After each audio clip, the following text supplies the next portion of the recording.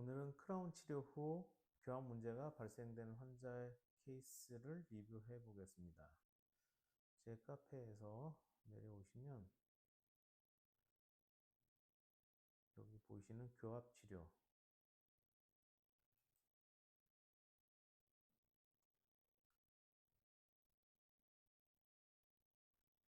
많은 환자들이 크라운 치료 후 교합 문제로 많이 내원하시는데 대부분의 환자들은 크라운 때문에 문제가 발생되었으므로 보철 치료, 크라운 치료를 다시 하면 해결될 거라고 많은 기대를 하시고 찾아오십니다. 하지만 대부분의 경우 크라운 치료로 해결할 수 없는 경우가 대부분이며, 이런 경우 교정 치료를 진행하고 보철 치료를 진행해야만 해결될 수밖에 없습니다.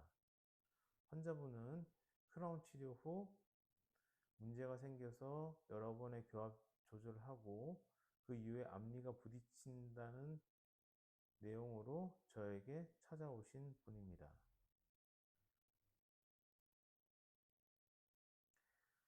23년에 25번 치아를 크라운 치료하고 문제가 발생해서 서울대학병원 치과병원으로 내원하셔서 구강내과에서 이상소견이 없다고 진단하였으며 보철과에서 과도한 접촉이 있어서 교합 조절을 진행하였습니다.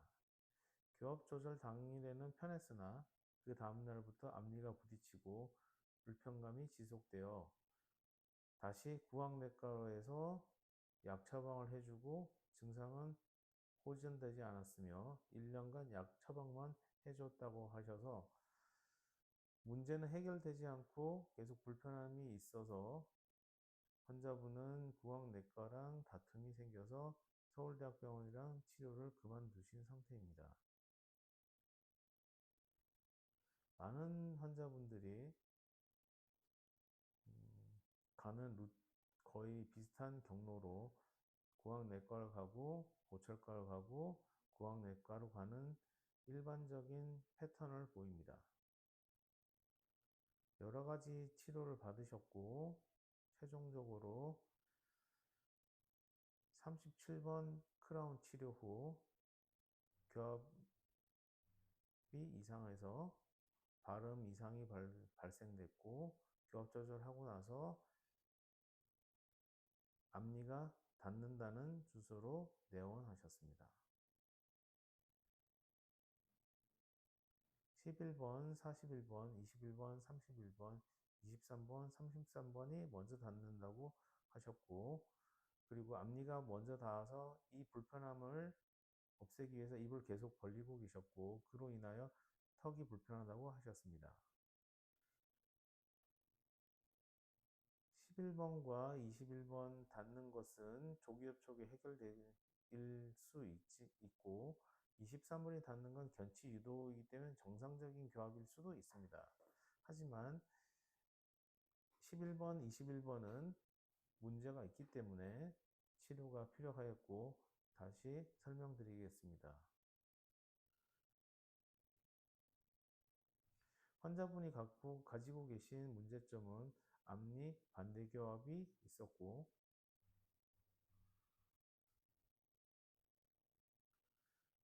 앞니 반대교합이 존재하였으며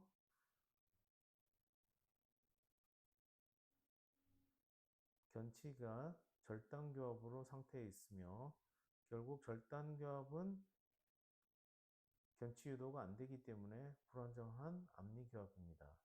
먼저 닿는다고 하더라도 정상적인 교합일 수도 있지만 이처럼 절단교합인 경우는 불안정한 교합이 됩니다. 또한 앞니 반대교합은 문제점이 같은 위치에만 정적 교합이 이루어지고 동적 교합이 거의 불가능한 상태로 똑같은 위치에 교합이 되지 않으면 문제가 발생됩니다. 즉, 크라운 하나가 치료를 했을 때 이 앞니의 위치를 유지해 줄 수 없는 크라운이 들어온다면, 즉 크라운의 조기 의하여 앞니가 교합되는 위치가 바뀌는 경우 교합에 문제가 발생되게 됩니다. 크라운 치료를 14번, 26번 하셨고 25번, 26번, 37번에 크라운 치료 되어 있습니다.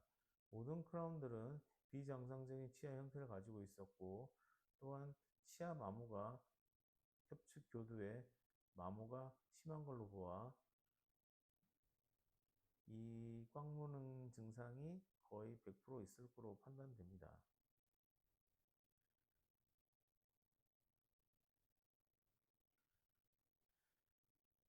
앞서 설명드렸듯이 앞니 반대 교합은 어떤 문제가 생기냐면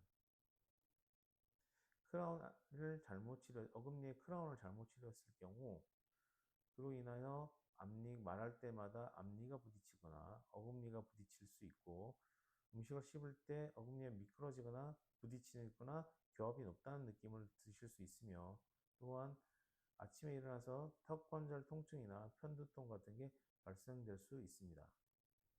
이러므로 앞니 반대 교합이 있는 경우 크라운 치료에 주의를 하셔야 합니다.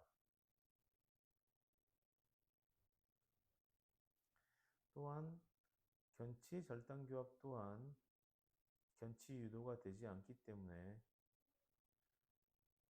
앞니 반대 교합과 비슷한 문제점이 발생되는데 크라운 치료 후 발생되는 문제는 거의 동일한 문제가 발생되며 또한 그 해결할 방법은 교정 치료를 하지 않고는 해결되지 않는 경우가 대부분입니다.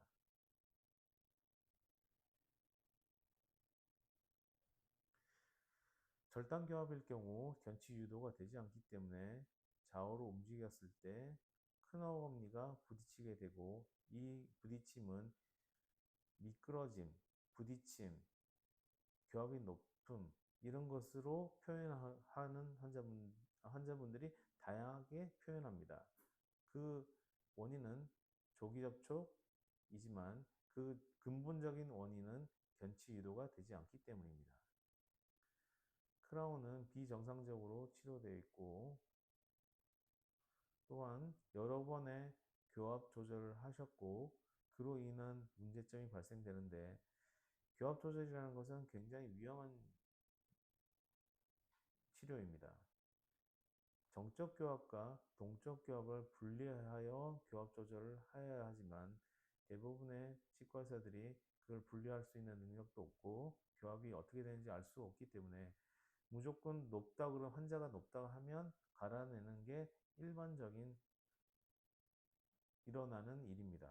즉 정적 교합의 문제인지 동적 교합의 문제인지를 먼저 판단한 다음에 정적 교합을 손을 교합 조절하는 것은 굉장히 위험한 치료이며 그것은 하지 말아야 될 치료입니다. 하지만 정적 교합과 동적 교합을 구분하지 못하는 대부분의 치과 의사들은 그냥 조절하기 때문에 정적 교합과 동적 교합이 모두 교합 조절되는 경우가 허다합니다. 그로 인하여 대부분의 교합 문제가 발생되게 됩니다. 즉 정적 교합을 조절하는 것은 굉장히 위험하며 동적 교합에 발생되는 교합 간섭은 제거해야 하지만 정적 교합이 안정적일 때만 가능한 치료입니다. 즉 이 정적 교합과 동적 교합을 구분하지 못하고 치료하는 것은 매우 위험한 치료입니다.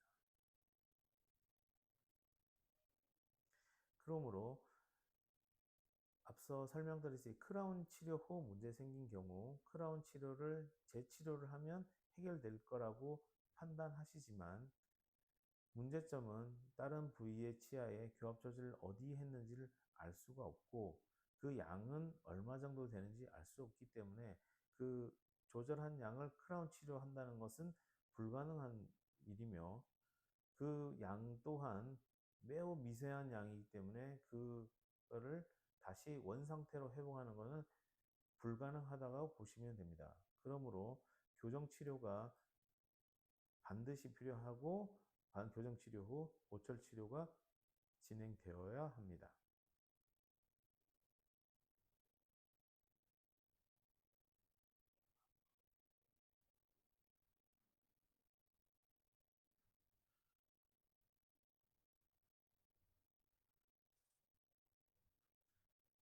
치료 전 상태를 보시면 앞니 반대교합이 존재하고 견치에 절단교합이 존재하며 이름으로써 앞니 전방유도, 견치유도 전혀 할 수가 없는 상태에서 비정상적인 형태의 크라운이 들어가게 되면 문제가 될 수밖에 없으며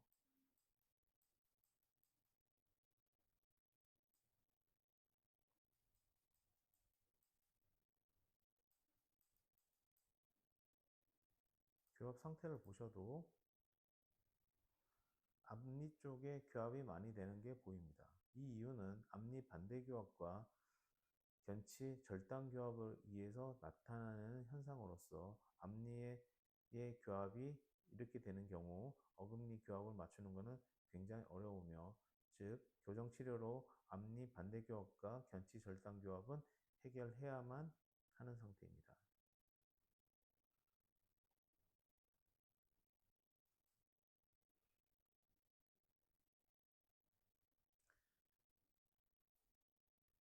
다시 한번 설명드리겠습니다.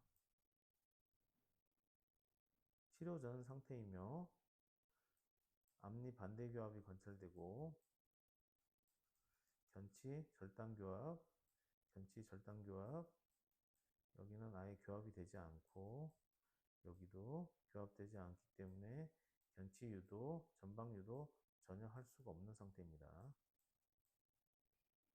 그리고 이 상태에서 어금니 크라운을 비정상적인 형태로 제작한 경우 교합의 문제가 발생될 수밖에 없습니다. 교합점을 보셔도 앞쪽 치아의 반대 교합인 치아에 교합이 많이 되는 것으로 보이며 이런 경우 앞니가 교합이 많이 되는 경우 어금니의 교합, 정적 교합의 강도를 조절하는 게 매우 어렵습니다. 즉 이를 꽉 물으면 어금니가 닿고 힘을 살짝 빼면 앞니가 많이 닿는 상황이기 때문에 어금니의 크라운을 치료하는 것은 매우 어렵습니다. 그러므로 앞니를 정상적인 교합, 안정적인 교합으로 형성하기 위한 교정 치료가 반드시 필요합니다.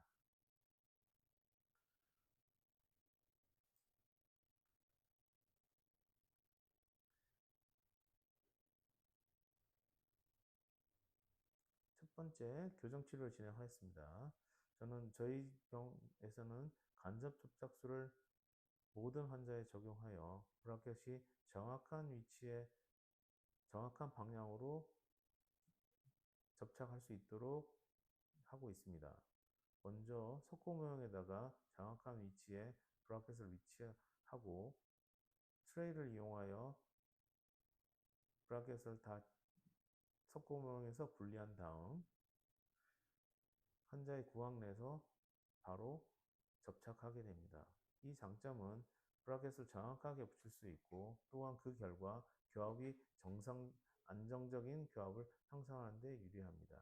왜냐하면 직접적으로 치아에다가 붙여갈 경우 착시가 발생되며 또한 치아의 정확한 위치에 붙이는 것은 거의 불가능하기 때문에 석고 모형상에서 붙이는 게 가장 정확합니다.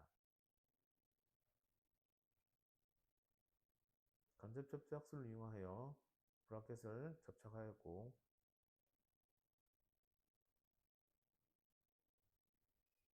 안정적인 교합을 형성한 다음 교정 치료를 마무리하였습니다. 이 상태에서 보철 치료를 진행하는데 27번과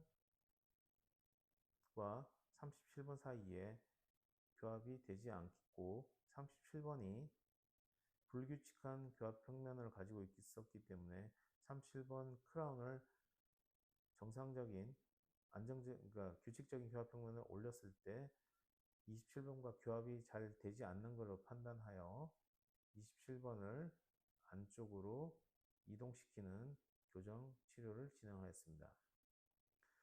26번보다 27번이 약간 밖으로 나가 있고 이것을 와이어 밴딩을 이용하여 27번을 안쪽으로 시키면 규칙적인 악궁 형태를 갖는 형태가 되고, 이에 맞게끔 37번 크라운이 제작되게 됩니다.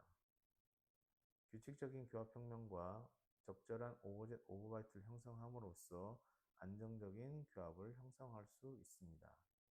36번은 심각하게 치아 마모가 되어 있어서 규칙적인 교합 평면에 포함시키기 위해서는 앞쪽만 교합을 평면에 맞추고 37번의 그거에 맞춰서 하게 됩니다. 만약에 이 심각한 마모가 있는 것을 판단하고 크라운 여기에 맞추게 되면 불규칙한 교합 평면이 될 수밖에 없습니다. 향후에 36번도 크라운을 할 수 있는 가능성이 높기 때문에 정상적인 교합 평면을 형성해 주는 것이 장기적으로 유리합니다. 그렇게 하여도 26번과 36번은 교합이 정확하게 되고, 10 또한 17번을 안쪽으로 이동시켰기 때문에 37번과의 교합이 안정적인 교합을 형성할 수 있습니다. 좌측의 크라운 치료가 끝난 다음 우측의 크라운 치료를 진행하였습니다. 14번과 16번을 재치료하였고, 치료 후의 결과입니다. 정상적인 치아 형태, 그리고 규칙적인 교합 평면, 규칙적인 악궁 형태, 적절한 오버젯 오버바이트를 형성함으로써 안정적인 교합을 형성하였습니다.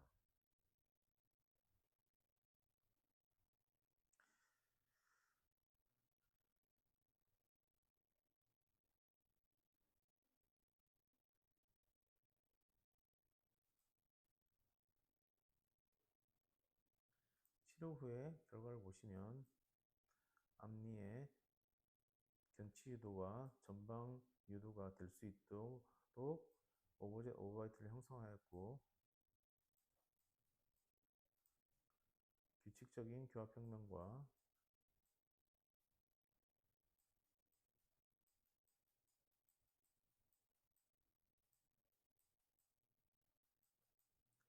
안정적인 교합을 형성하였습니다. 안쪽에서 보아서도 교합이 안정적이고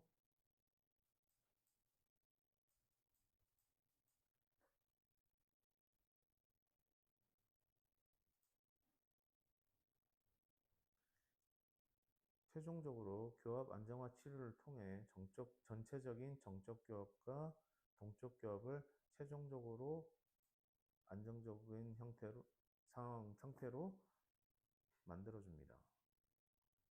정적 교합 상태고 동적 교합에서도 견치 유도가 정확하게 되고,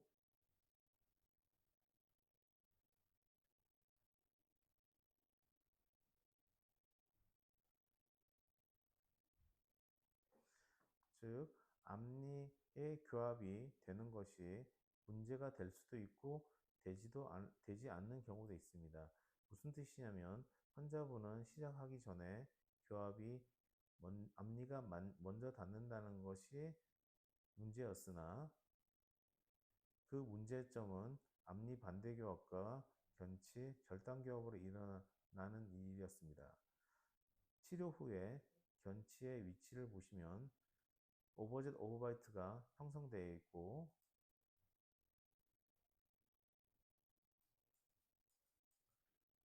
오버젯 오버바이트가 형성되어 있기 때문에 견치가 접촉되는 것에 대해서 환자분은 되게 우려하셨습니다. 왜냐? 치료 전에 앞니가 교합되고 견치가 부딪혔기 때문에 뭔가 걱정되시는 바가 있었으나, 그 이유는 아까 말씀드렸듯이 반대교합과 절단교합을 있는 교합이기 때문에 그런 건 잘못된 교합이지만, 현재 오버젯과 오버바이트를 형성한 안정적인 교합에서 송곳니가 견치가 닿는 것은 정상적인 교합입니다. 그래서 환자분께 설명드렸고 환자분은 수긍하셨습니다. 치아가 앞니가 닿는다고 해서 문제가 생기는 게 아니라 적절한 위치에 적절한 오버젯과 오버바이스로 닿는 것은 정상적인 교합이기 때문에 그것을 만들어 주는 것이 교정 치료이며 그렇게 하여야 이 케이스는 해결될 수 있는 상황입니다. 앞니가 닿는다고 해서 모든 경우에 문제가 발생되지 않습니다. 어떻게 닿느냐, 어디가 닿느냐가 문제의 핵심입니다.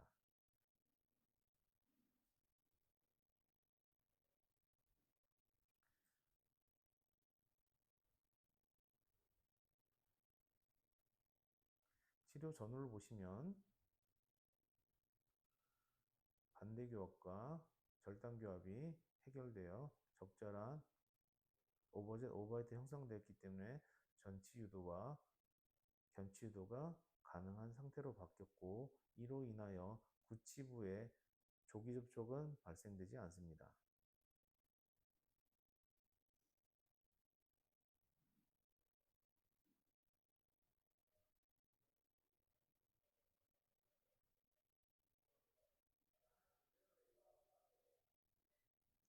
치료 후 일주일 후에 23번과 33번이 먼저 닿는다고 오셨으나 실제로 먼저 닿는 것은 아니었고 적절한 강도로 닿았지만 환자분은 그것이 치료 전에 닿았기 때문에 그게 두려움이 있는 상황에서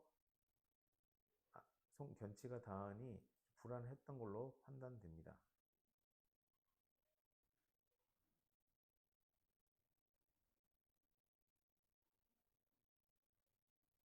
즉 앞니교합이 이상한 반대교합, 절단교합 반드시 해결하셔야만 어금니에 크라운을 했을 때 문제가 발생되지 않습니다. 즉 문제가 발생되기 전에 교정 치료를 하셔서 안정적인 교합을 형성한 다음 크라운 치료를 하시는 게 장기적으로 유리합니다. 대부분의 환자분들이 본인들이 의 교합이 잘 맞다라고 판단하시지만 실제 그렇지 않는 경우가 태반이기 때문에 보철 치료를 하시더라도 조금 더 보철 전문의한테 치료를 받든지 아니면 자기의 교합을 평가를 받은 다음에 보철 치료를 하시든지 하셔야 교합 문제가 발생되지 않습니다.